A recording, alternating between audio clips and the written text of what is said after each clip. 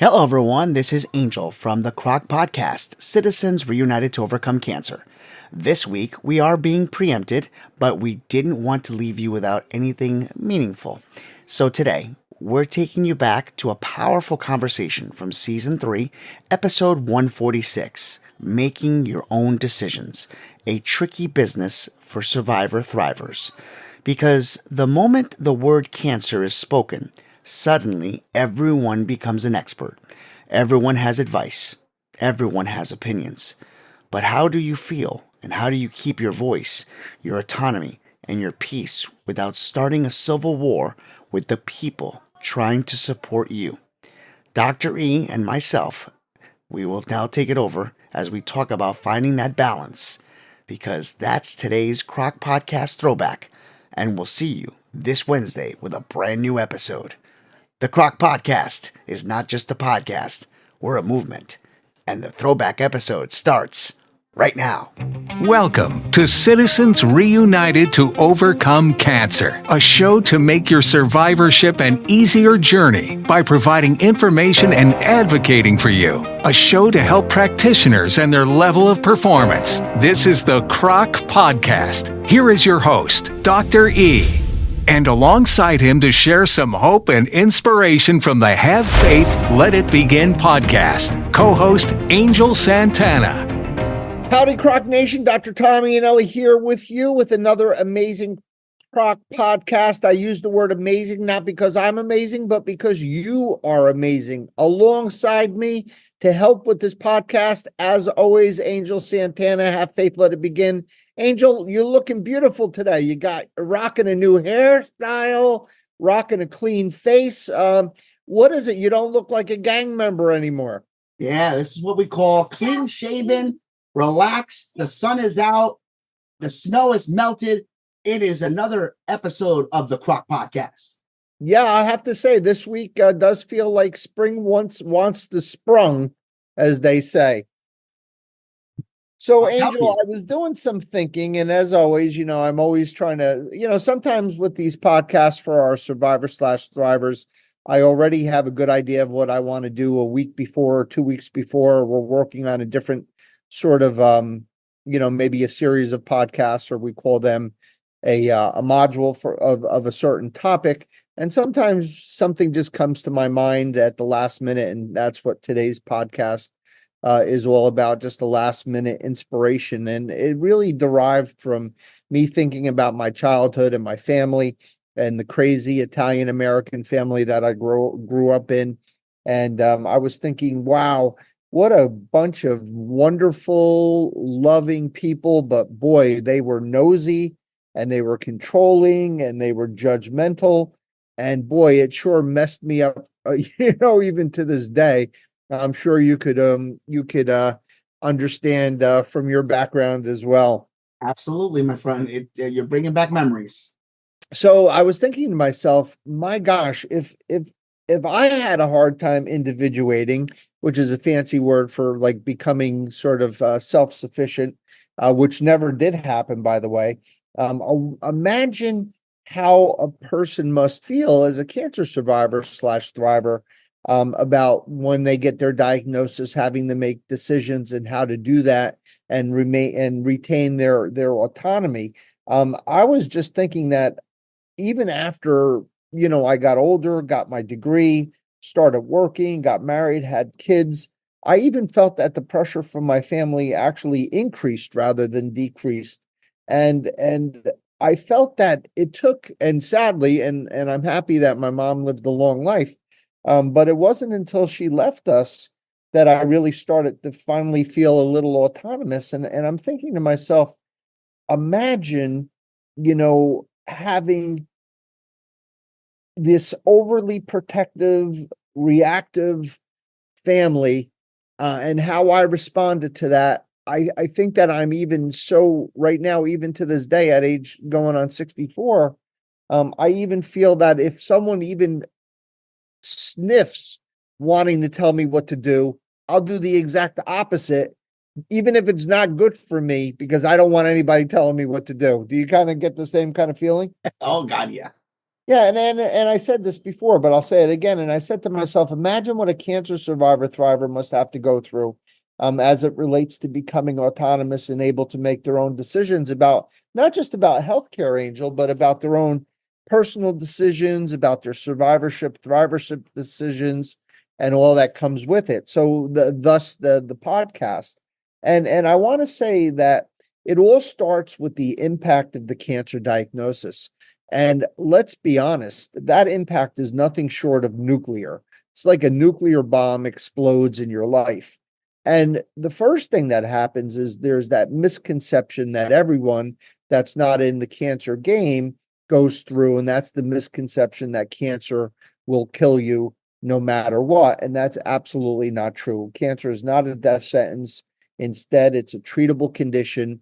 And we've devoted now 3 years of podcasts to try to help our survivor thrivers know that. There's also the fear of the family members. There's the fear that your loved ones have of losing you. And this then becomes a feeling of helplessness, a feeling of hopelessness, a feeling of uselessness. Imagine that's a very powerful word, that your family, because they're not the ones with the diagnosis, they don't know what to do. And it's very powerful. And as such, not only do they not give you the space that you may need, that space becomes even tighter and tighter and tighter. And you almost feel like you're, that you have no autonomy. So as a result, all of a sudden, with all these feelings and all of these different, visceral, um, relationships that are going on, everyone all of a sudden becomes, an expert, right? So all of a sudden, everyone from your parents to your partner, to your kids, to your family, to your friends, to your coworkers, even to your neighbors, to your acquaintances, to your hairdresser. You kind of get my point. Suddenly, everyone becomes a cancer expert overnight. Presto, voila, abracadabra. You have all these people telling you what to do, and that's the last thing you need. So that leaves you having to deal with your cancer and making sure your support system feels safe and secure and has agency over your decisions, and those decisions that affect you, the survivor thriver. So that's going to be what we're going to be talking about today. Let's begin by taking a step backward before we move forward. So just like in my case, my loving but dysfunctional family, my Italian American upbringing, you have a history with your loved ones. Hopefully it's better than what mine was. Hopefully it's a healthy model. Hopefully it's a better model. Hopefully it's ideal, where everyone is respectful of each other, is there for you, but gives you the space, knows when to step back, and comes in when needed. They realize that no one could become a cancer expert just by reading a few Good Housekeeping articles or watching a few YouTube videos. But if you don't happen to have that type of relationship, and you have one that I had, or even worse, what will you do in order to try to keep your autonomy and keep your sanity while you're trying to fight your cancer? So the first step is to figure out what you're bringing to the table. Angel, do you know what the difference is between the 5 minutes before a survivor thriver is diagnosed with cancer and the 5 minutes after their diagnosis? I would say the fear of the unknown. No, the answer is 10 minutes. There is Oh. absolutely nothing different between the person before the diagnosis and the person after the diagnosis. So despite the fact that this huge event, this huge blow, this huge 800-pound gorilla in the room just appears, you're the same person you were before you got your cancer. So maybe you were like me and you didn't know how to politely or appropriately or non-reactively set loving boundaries with your people. Maybe you didn't know how to be independent without hurting someone's feelings. Maybe you were like me and you didn't know how not to let those tantrums and those I used to say the quivering lips and the hostility and the ignore. I used to call it the ignore tactics, when people wouldn't be talking to me because they were pissed off at, whatever decision I made that they weren't involved in. I used to let it bother me. So I would give in and allow myself to be dominated. Maybe you were playing your part and you were a detached observer to the events of your life. Maybe you allowed and even needed someone to guide you and direct you through your life's journey. That's possible too. But the good news, Angel, is that regardless of your past is past. Cancer has now reset the game clock. It's given you a blank slate to create the being you have always wanted to be. And that being is a capable, resilient, intelligent advocate for steering life to where you want it to go. And Angel, everyone's going to be asking, but Doc, how am I going to do that? Well, Angel, we don't just mention issues. We don't just point to the problems. We try to give answers. So here's how it's going to go. Number one, and most importantly, you need to be a responsible and knowledgeable patient and be a self-advocate. Say you have stage 1 breast cancer. You need to know everything you can about being a stage 1 breast cancer survivor. Same goes for any type of cancer, any stage of cancer, with the incorporation of what your current health situation is. You might have diabetes, you might have high blood pressure, you might have coronary artery disease, and now all of a sudden you have cancer. You have to know the landscape of your health, and you have to take control of it, and you have to take grasp of it, and you have to have agency, or else if everyone sees that you're not controlling that, no one's going to leave you alone. So the first thing is to be your own advocate and to know everything about your health, especially about your cancer. You need to use your good judgment or get good at looking at red flags as it relates to finding your healthcare team. There's going to be certain doctors and nurses you connect with, and there's going to be certain doctors and nurses that you don't connect with. Make sure when you go into an office, how long have you waited? Have you felt like a human being? Have people been kind to you? Have they been reassuring? Have they been gentle? Have they been compassionate? Have they been empathetic? Do they not look at you? Do they only look at their computer? Do they not remember who you are after your first appointment? Do they not read your chart? Do they not know what's going on or why you're there? You want to make sure you take all of the things that Angel and I have been teaching you over the last 3 years, and you need to put all of this advice into action, and you have to be the person that picks your team, and it's got to be the right fit for you. You need to listen to some of the old podcasts. We have dozens and dozens that can help you in this regard. Number 3, network, network, network. Create your survivor thriver network. Be circumspect and picky. As with family, there are plenty of cancer support so-called experts who are not only not experts, but they are wrongly opinionated, they're biased, and sadly, there are even some that prey on the vulnerable. I remember when we were in the CROC organization going through the period when we were overseeing the CROC grants to the survivors, there was a woman named Jackie who used to come to me every year and bring her little daughter with her, and bring in the application, and the waterworks would start the minute she walked in the door, and she always had some kind of a sad tale about what life was dishing out at her, and how awful and terrible her cancer was, and how her daughter was going to be motherless. And I felt so terrible for her. I just kept on giving her checks year and year and year in and year out. She'd get a check until finally someone said, are you doing your due diligence? Are you, checking out the background of these people? And when Jackie came in the next year, I said, Jackie, I'm sorry to do this to you. I know we know each other for many years, but I need to talk to your oncologist. I just have to, vet your application. That's the last time I ever saw Jackie again. She never came back. That was it. This lady took us for hundreds and hundreds of dollars, was not a cancer survivor. So be careful. They're out there.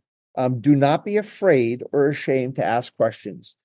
Get references, do your digging.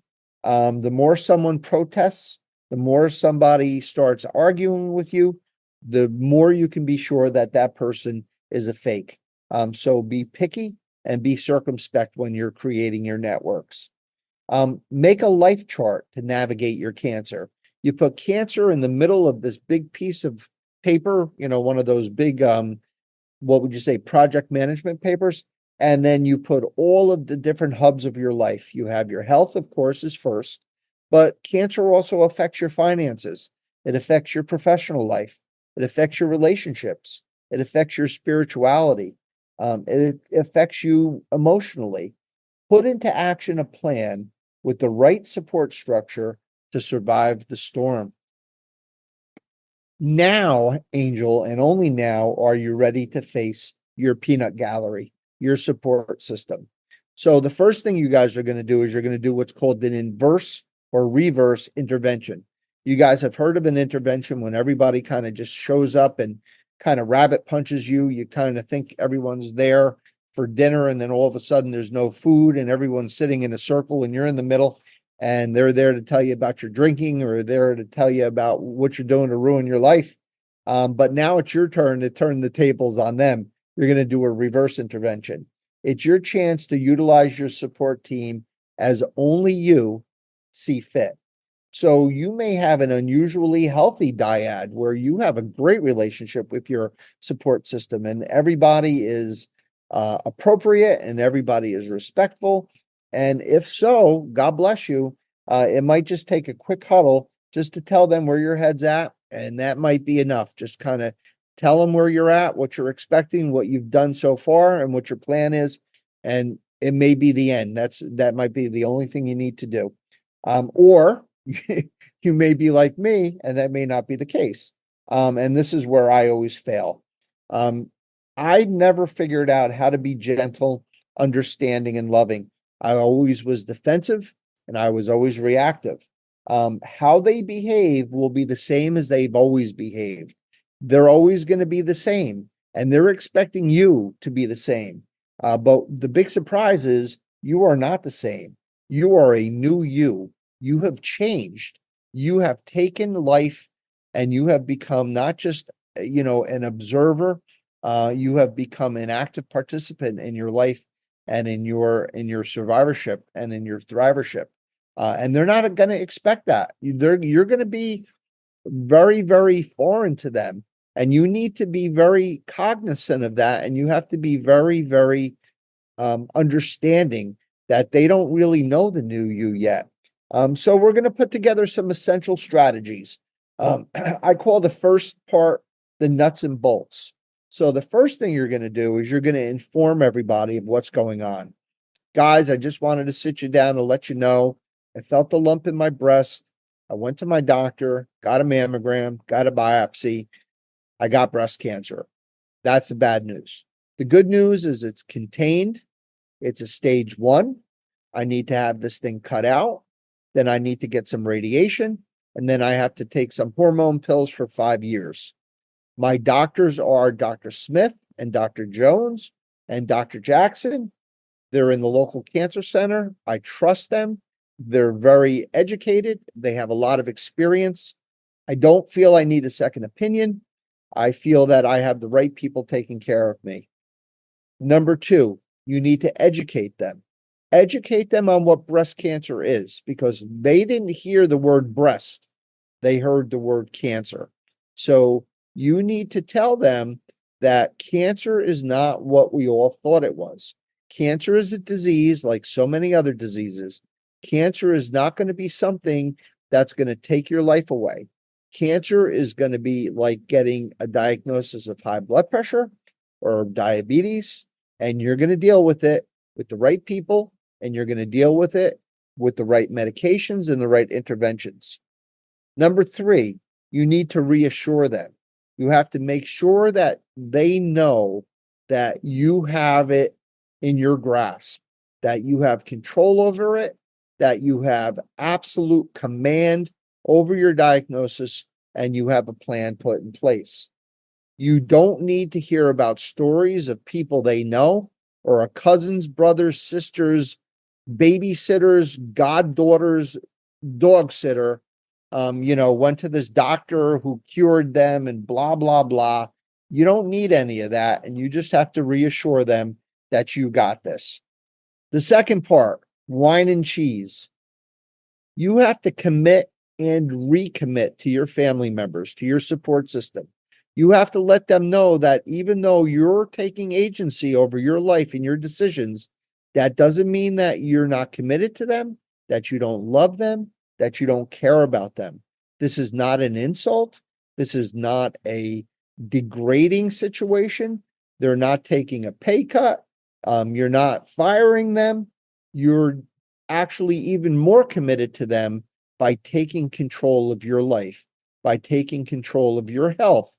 You're actually being healthier for yourself, which will make you a better family member to them. And the fact that you have feelings for them and that you love them and you care about them, that has not changed just because you got cancer, and you may not need to have them involved in every decision as it relates to your cancer. And then you have to ease their burden. We talked about them feeling in despair or helpless or hopeless or useless. And I use that word a second time, useless, because that's how they're feeling. And I want you to tell them that you know what they're going through and you could only imagine how they feel, but not to feel that way. That if you need them, you will let them know, but you will let them know under the rules and boundaries that you set forth. So remember, you will tell them, I love you, I adore you, but it's not about you. It's about me. Sometimes I'm going to be too tired to talk. Sometimes I'm going to have a bad day. Sometimes I'm going to feel down. I may need you, or I may need to be left alone. Do not take it personally. Bringing me food when I'm nauseous after chemotherapy, or I'm after treatment 20 of head and neck radiation and everything tastes like cardboard, or I can't swallow.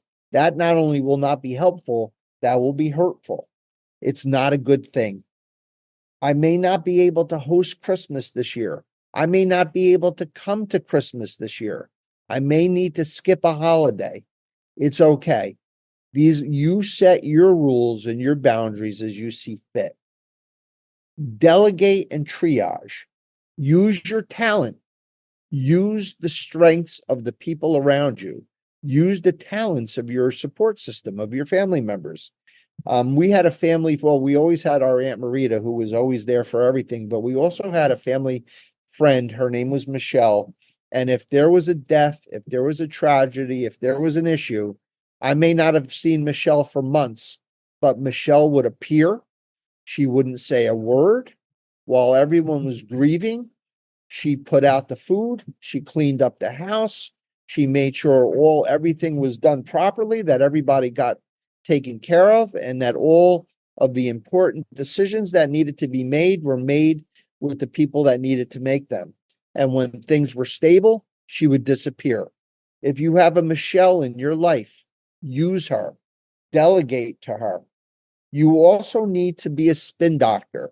There might be people in your life that may not be helpful to you right now during the initial onslaught of information and onslaught of doctor's appointments and onslaught of stress and toxic treatments.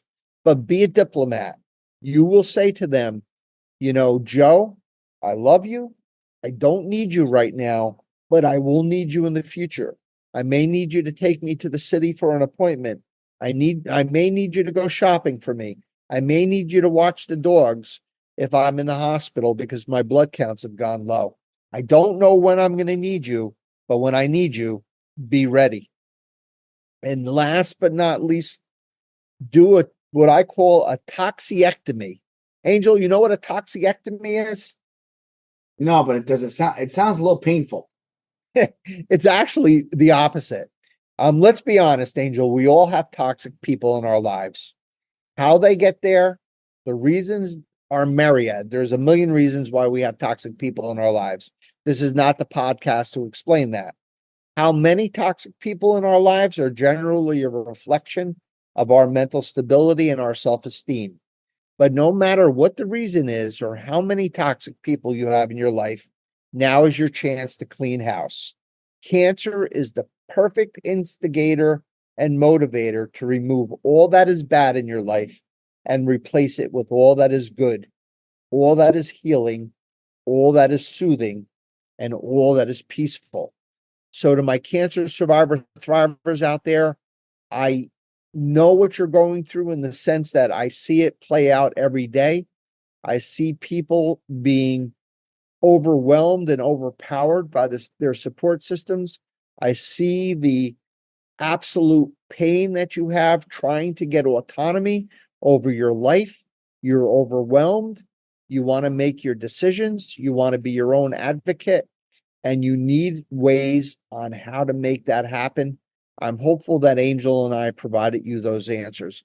Angel, you always get the last word on the podcast. As I'm holding my son in my arms, and you can't help but think about your surroundings and your environment, and we can't even begin to imagine what the cancer survivors and thrivers are going through. But one thing is for sure, that, as you stated earlier, don't change who you are.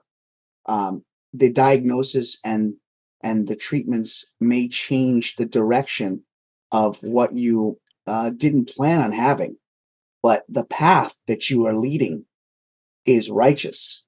Righteous in the sense of you will prevail. You will not fail.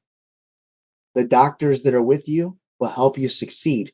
But more importantly, allow your family to be the biggest support factors that you can have. Even when you don't want them there, know that they're always by your side. They may not just be right next to your side. Angel, thank you so much. And as you said, they are there, but make sure that they know where you need them and when you need them. I want to take a minute and thank Angel Santana. Have faith, let it begin. Angel, as I see him holding his son, comforting his young son, it's just a symbol of the great man that he is. If you guys ever need any spiritual uplifting, Have Faith, Let It Begin, a daily podcast, Monday through Friday. It's on every platform. Give them a listen. You'll chuckle, you'll cry, you'll laugh, you'll pray, you'll feel a lot better. Rod Freeman, looking forward to seeing you in a couple of weeks, my friend. Hope all is well. Small biz up for any of our survivors who might need some advice on their little side gig or their little second interest or websites or whatever. Give Rod a call. It's on our website. Board of directors, thank you for your talents, for helping our survivor thrivers. Michael John Benzea, Charlotte Larson, thank you for your support of our program. And last but not least, our quick pep talk. You guys have been diagnosed, and basically that nuclear explosion has happened. You're trying to just get yourself together from the diagnosis and trying to figure it out. The last thing you need is to have a gaggle of people trying to drown you or overwhelm you or overpower you. You are a self-contained, worthy, intelligent, and very competent human life form who can make their own decisions, who could do their own research, who can pick and choose what they need and who they need to help them through these decisions and through their survivorship, through their thrivership. You guys are worthy. You guys are courageous. You guys are why we get up in the morning to do these podcasts, to help you get through and help you direct yourselves in a very healthy and productive way. And I will end this podcast as I end every podcast, and that's with a prayer and a blessing, wishing each of you a very long, healthy, happy, and cancer-free life. God bless you. God be with you. Peace.